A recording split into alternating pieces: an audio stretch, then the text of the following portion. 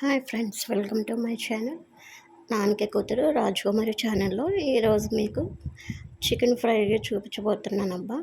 అంటే మీరు చికెన్ తింటున్నారా, తినొద్దా అంటున్నారు. ఇదైతే నాది ఇప్పుడు తీసింది కాదు, ఓల్డ్ అనమాట, చెప్పకముందు తీసింది. అందుకని నాకు మర్చిపోయిన షూట్ చేయటం. సో అందుకని ఇప్పుడు షూట్ చేస్తున్నాను.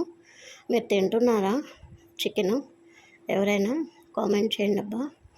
ఇక్కడ శుభ్రంగా వాష్ చేసుకున్నాను అరకేజీ చికెను వాసన రాకుండా ఉండటానికి నేను ఇక్కడ పసుపు వేసి వాష్ చేసుకున్నాను. సో ఇంకా స్టవ్ మీద పాన్ పెట్టేసానబ్బా.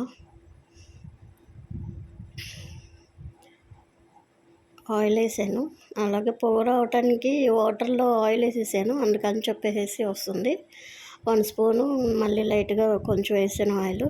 కొంచెం మన ఫ్రెండ్ అదే అండి జీలకర్ర ఉన్నది కదా, జీలకర్ర వేసాను ఇక్కడ.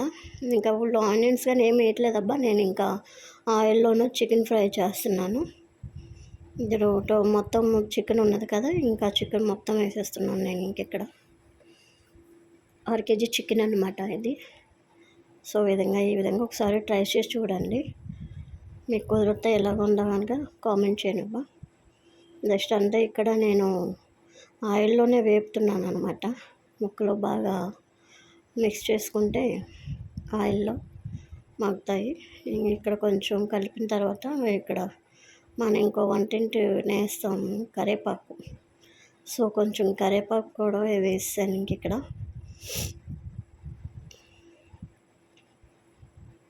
కరివేపాకు కూడా ఇంకా కొంచెం కలుపుకుంటే బాగుంటుందని చెప్పేసి నేను ఇక్కడ కలుపుతున్నాను. బాగా కలపాలబ్బా. నూనెలోనే ఆయిల్లో కనుక ముక్కలు మగ్గితే కొంచెం త్వరగా మగ్గుతాయి, బాగుంటుంది అనమాట. ఉప్పు వేయలేదు నేను ఇక్కడ, జస్ట్ ఆయిల్లోనే ఇంకా వేపుతున్నాను.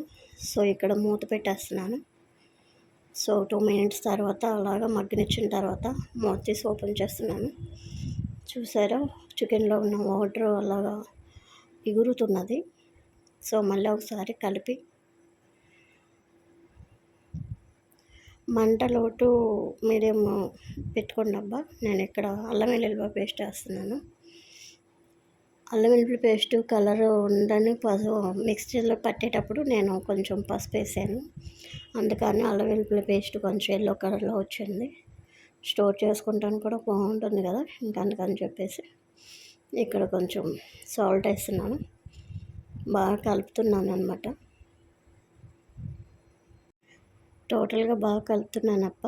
నేను వాటర్ గట్ట ఏం పోయలేదు, అంతా చికెన్లో కడిగేటప్పుడు ఉన్న వాటర్ ఉన్నది కదా, ఇంకంతా టోటల్గా ఇంకా దాంతో మగ్గుతుంది అనమాట చికెన్. కాకపోతే మనకి కొంచెం టైం పడుతుంది.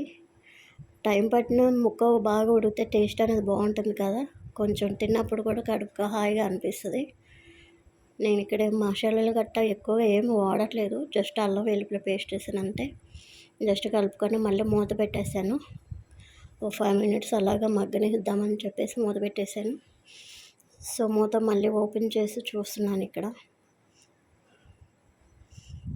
చూసారా, అంటే మంట నేను స్లోలో పెట్టాను అనమాట, కొంచెం మళ్ళీ అడుగంటుతుందని చెప్పేసి మళ్ళీ మూత పెట్టేశాను.